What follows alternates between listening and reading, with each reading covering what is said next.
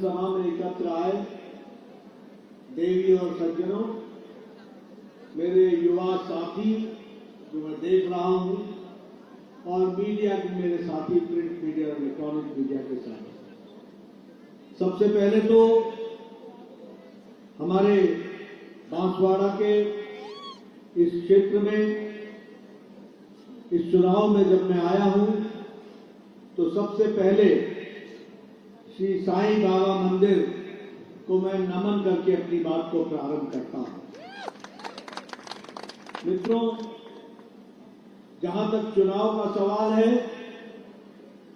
आप सब लोगों ने, मेरा पूरा विश्वास है कि लक्ष्मी नारायण जी को आपने अपना आशीर्वाद देने का मन बना लिया है और उनको विधानसभा में भेजने का आपने पूरा विश्वास बना लिया।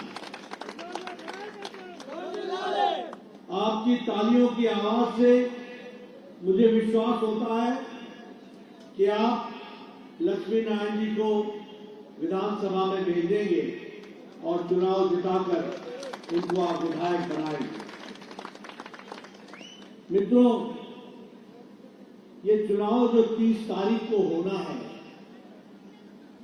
उसके कुछ बारीकियों को हमको समझ लेना चाहिए। आपके ध्यान में है कि 3 पार्टियां इस चुनाव के मैदान में हैं। एक पार्टी बीआरएस, दूसरी पार्टी कांग्रेस और तीसरी पार्टी भारतीय जनता पार्टी हमारी। मित्रों, ये सिर्फ लक्ष्मी नारायण को विधानसभा में भेजने का मकसद नहीं है। ये लक्ष्मी नारायण को भेजकर तेलंगाना पर जो ग्रहण लगा है, उस ग्रहण से छुटकारा दिलाने का अवसर है। इसको कैंसिल करेंगे। ये तेलंगाना है। सबसे पहली बात समझो, कांग्रेस पार्टी और बीआरएस दोनों ही आतंक भ्रष्टाचार में डूबी हुई करप्ट पार्टियां हैं। मैं ठीक बोल रहा हूं? मैं ठीक बोल रहा हूं? दोनों ही पार्टियां परिवारवाद को बढ़ाने वाली पार्टियां हैं, वंशवाद को बढ़ाने वाली पार्टियां हैं। दोनों ही पार्टियों में मैं, मेरा बेटा, बेटे के बाद मेरा दामाद, दामाद के बाद मेरी बेटी, बेटी के बाद मेरा पोता, पोता के बाद मेरा परपोता, मेरे ही परिवार का आना चाहिए। बाकी आप सब लोग तालियां बजाओ और कुछ मत करो। बोलो, ऐसी पार्टियों को आने देना है क्या? आने देना है क्या? अब आप सुनो, बताओ, कांग्रेस पार्टी ने हेलीकॉप्टर का ऑगस्टा लैंड का घपला किया था कि ऑगस्टा वेस्टलैंड का घपला किया था कि नहीं किया था? घोटाला किया था कि नहीं किया था? ये 2G का घोटाला किया था कि नहीं किया था? ये कांग्रेस ने जीजाजी वाला घोटाला किया था कि नहीं किया था? ये कांग्रेस ने कॉमनवेल्थ गेम्स का घोटाला किया था कि नहीं किया था? बताओ, किया था कि नहीं किया था? किया था कि नहीं किया था? चावल का घोटाला किया था कि नहीं किया था? कोयला का घोटाला किया था कि नहीं किया था? पनडुब्बी का घोटाला किया था कि नहीं किया था? ये कांग्रेस पार्टी, ये न आकाश छोड़ा, न समुद्र छोड़ा, न धरती छोड़ी, न पाताल छोड़ा, तीनों लोक में भ्रष्टाचार किया तो कांग्रेस पार्टी ने किया है कि नहीं किया है? ऐसी पार्टी को आने देना है क्या? आने देना है क्या? अब आप बताओ, बीआरएस केशव चंद्रशेखर राव ये तुष्टीकरण की राजनीति कर रहा है कि नहीं कर रहा है? ये तुष्टीकरण के माध्यम से असंवैधानिक अनकॉन्स्टिट्यूशनल एक समुदाय को रिजर्वेशन देने का काम कर रहा है कि नहीं कर रहा है? कर रहा है ना? बोलता है ना 4% दिया है, 12% देंगे। ऐसी सरकार को रहने देना है क्या? आप बताओ, एक धर्म विशेष के लिए आईटी पार्क हैदराबाद में देने की बात केसीआर ने की कि नहीं की? की कि नहीं की? ऐसी सरकार को आने देना है क्या? रहने देना है क्या? आप बताओ, मंदिर की जमीन किसी और काम में लगा रहा है केसीआर की नहीं? मंदिर की जमीन को हड़प रहे हैं कि नहीं? गलत ढंग से लगा रहे हैं कि नहीं? आप बताओ, ऐसे मंदिरों की जमीन को गलत काम में लगाने देना है क्या? लगाने देना है क्या? जरा मैं पीछे से सुनना चाहता हूं, लगाने देना है क्या? मित्रों, ये केसीआर भ्रष्टाचार के साथ जुड़ा हुआ है। आप बताओ, ये धरनी पोर्टल, ये गरीब की जमीन को हरनी पोर्टल नहीं है? ये घोटाला नहीं है क्या? धरनी पोर्टल घोटाला है ना? गरीब की जमीन को लेने का इंतजाम है कि नहीं है? ये धरनी पोर्टल को इस तरीके से चलने देना है क्या? लक्ष्मी नारायण को चुनाव जिता के भेजना, इनका धरनी पोर्टल बंद कर देंगे, ये भी हम आपको विचार करें। आप बताओ, ये कालेश्वरम ये भ्रष्टाचारेश्वरम है कि नहीं है? ये भ्रष्टाचारेश्वरम है कि नहीं है? ये केसीआर का एटीएम है कि नहीं है? जब लगाओ पैसा निकालो, भ्रष्टाचार करो, जेब गर्म करो। 38,000 करोड़ रुपए का प्रोजेक्ट आज 1,40,20,000 करोड़ का हो गया। बताओ, कालेश्वरम प्रोजेक्ट में ब्रिज धस गया है कि नहीं धस गया है? धसा है ना? अब तुमने 30 तारीख को बीआरएस को धसा देना, नीचे करेगा। बोलो, आउटर रिंग रोड में 1,000 करोड़ रुपए का किकबैक हुआ है कि नहीं हुआ है? हुआ है कि नहीं हुआ है? मियापुर के लैंड स्कैम हुआ है कि नहीं हुआ है? और दलित बंधु में भ्रष्टाचार हुआ है कि नहीं हुआ है? 30% का कमीशन खाया है कि नहीं खाया है? खाया है कि नहीं खाया है? और तुम्हारा यहाँ का एमएलए 2 BHK के मकान में धमकी दे रहा है कि नहीं दे रहा है? धमकी दे रहा है कि नहीं दे रहा है? ऐसे लोगों को 30 तारीख को आप चुनाव हराओगे ना? नीचे लाओगे ना? और इनको जिताओगे ना, ताकि सबको न्याय मिल सके, इसकी आप चिंता करो। आप बताओ, ये 2 BHK के मकान को ये केसीआर ने रोकने का काम किया है कि नहीं किया है? किया है ना?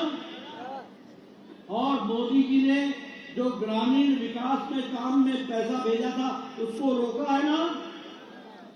अब आप बताओ, ये दोनों कांग्रेस पार्टी का मतलब है करप्शन, कांग्रेस पार्टी का मतलब है कमीशन, जेब पॉकेट भरो पॉकेट।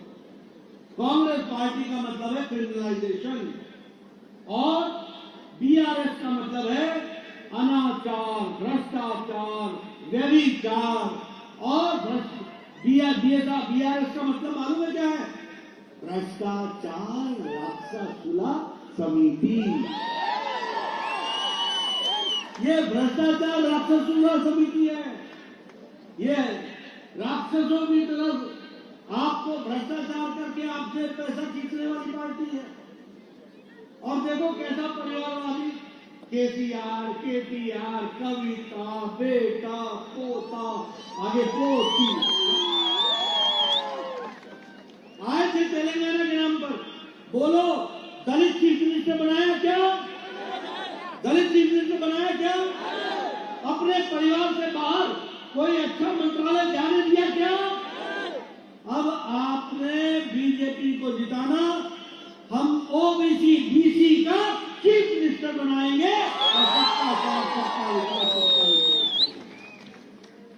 अच्छा, एक बात बताओ, दो पार्टियों के बारे में तो मैंने बता दिया, बीआरएस और कांग्रेस।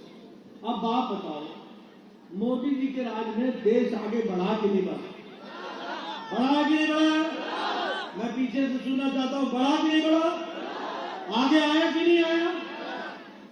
जो आज से 4-5 साल पहले जो अर्थव्यवस्था, इकोनॉमी 11वें नंबर पर खड़ी थी, 11वें नंबर पर, हम इंग्लैंड को, ब्रिटेन को, ब्रिटानिया को, जिसने हमको 200 साल राज किया, उसको पछाड़कर आज भारत 5वें नंबर की अर्थव्यवस्था बन गया है, 5वें नंबर। और ये लक्ष्मी नारायण को जिताना, अगले साल आपने मोदी जी को फिर से प्रधानमंत्री बनाना, भारत 3रे नंबर की अर्थव्यवस्था बन जाएगा, 3रे नंबर। आप बताइए, ये प्रधानमंत्री गरीब कल्याण अन्न योजना में मोदी जी ने आपको 5 किलो गेहूं या 5 किलो चावल, 1 किलो दाल पहुंचाया है कि नहीं पहुंचाया है? पहुंचाया ना? कोई भूखा नहीं सोता, सबको अनाज मिल रहा है। मिल रहा है कि नहीं?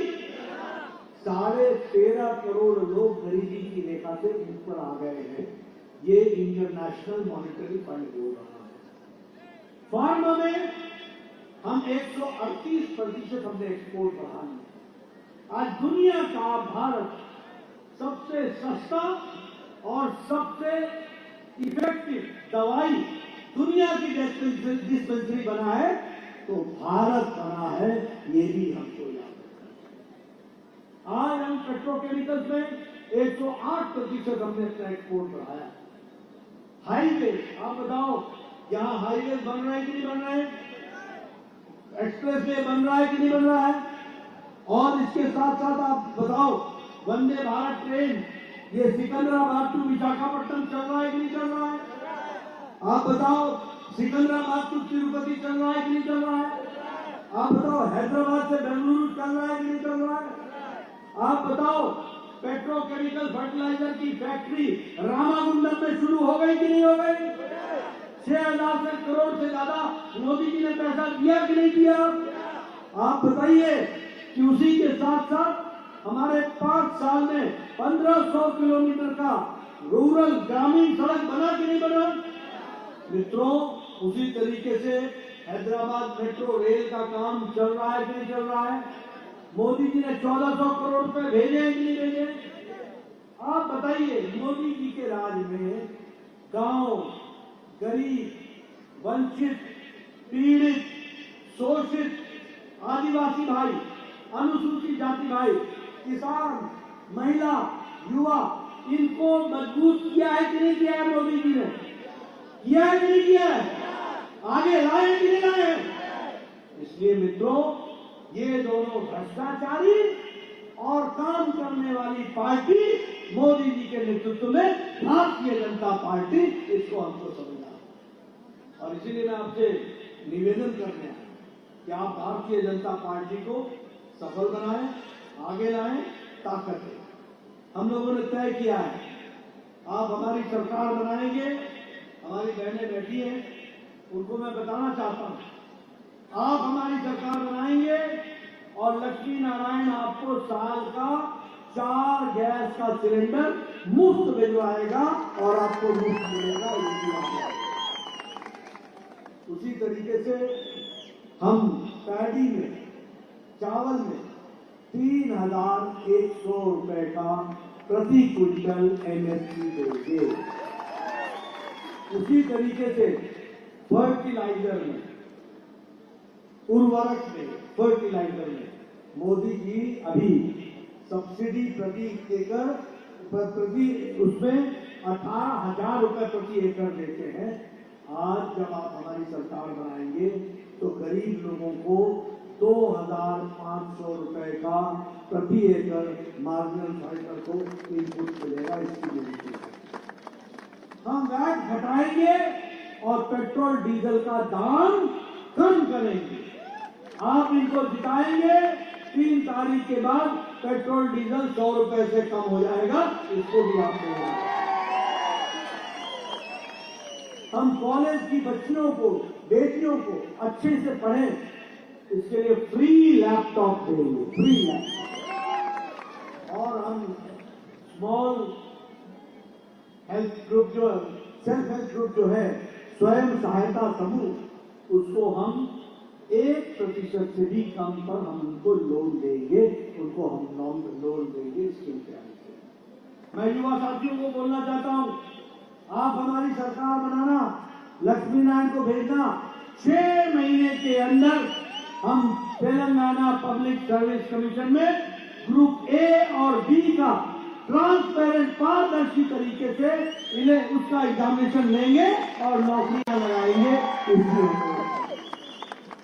अभी हम गरीब के लिए, मोदी जी भारत की 50 करोड़ आबादी के लिए आज जो गरीब लोग हैं, रिक्शा वाला, ठेला वाला, रेडी वाला, फेरी वाला, सब्जी वाला, बस का ड्राइवर, बस का क्लीनर, कूड़ेदान से प्लास्टिक इकट्ठा करने वाला, बाल काटने वाला, ऐसे गरीब लोगों को प्रधानमंत्री जी ने गंभीर बीमारी से लड़ने के लिए 5 लाख रुपए का हेल्थ कवर दिया है।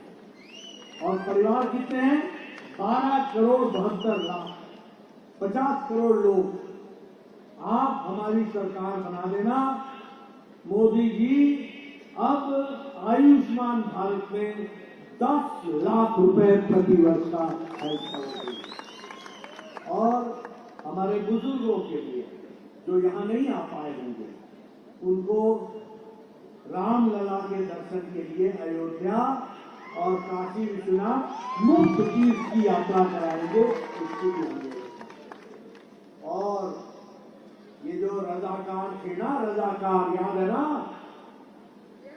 और जिससे हमने लिबरेशन ली 17 सितंबर, तेलंगाना अब लिबरेशन डे 17 सितंबर मनाएगा, इसकी भी हम चिंता करेंगे। मित्रों, सबका साथ, सबका विकास, सबका विश्वास, सबका प्रयास, इस बात को लेकर के आगे चलेंगे। अब लक्ष्मी नारायण के बारे में मैं बोलना चाहता हूं।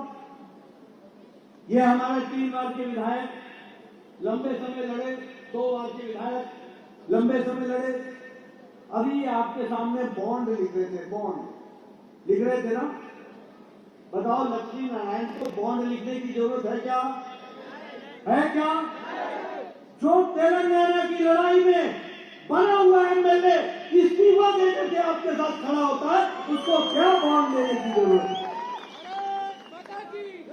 बोलो, ऐसा आदमी जो अपने लिए कुछ नहीं, तेलंगाना के लिए सब कुछ, जो अपने लिए कुछ नहीं, आपके लिए सब कुछ, जो अपने लिए कुछ नहीं, बहनों के लिए सब कुछ, जो अपने लिए कुछ नहीं, माताओं के लिए सब कुछ, जो अपने लिए नहीं, युवाओं के लिए सब कुछ, ऐसे लक्ष्मी नारायण को चुनाव जिताओगे ना? जिताओगे ना? इनको जीतना चाहिए कि नहीं जीतना चाहिए? और वो जो है, अब मैं उनका नाम नहीं लेना चाहता, जिनका बेटा भी, उसके भी बड़े गुण सुने मैंने, बड़े दूर दूर तक सुने। ऐसे लोगों को आने देना है क्या? आने देना है क्या? और कांग्रेस का भ्रष्टाचार फिर से आने देना है क्या? अगर नहीं तो कमल खिलाओ और यहां का विकास करो, देश को आगे ले जाओ, तेलंगाना को आगे ले जाओ और लक्ष्मी नारायण से सेवा कराओ, बाकियों को आराम दो। इन्हीं शब्दों के साथ बहुत बहुत धन्यवाद। जय भारत, जय तेलंगाना।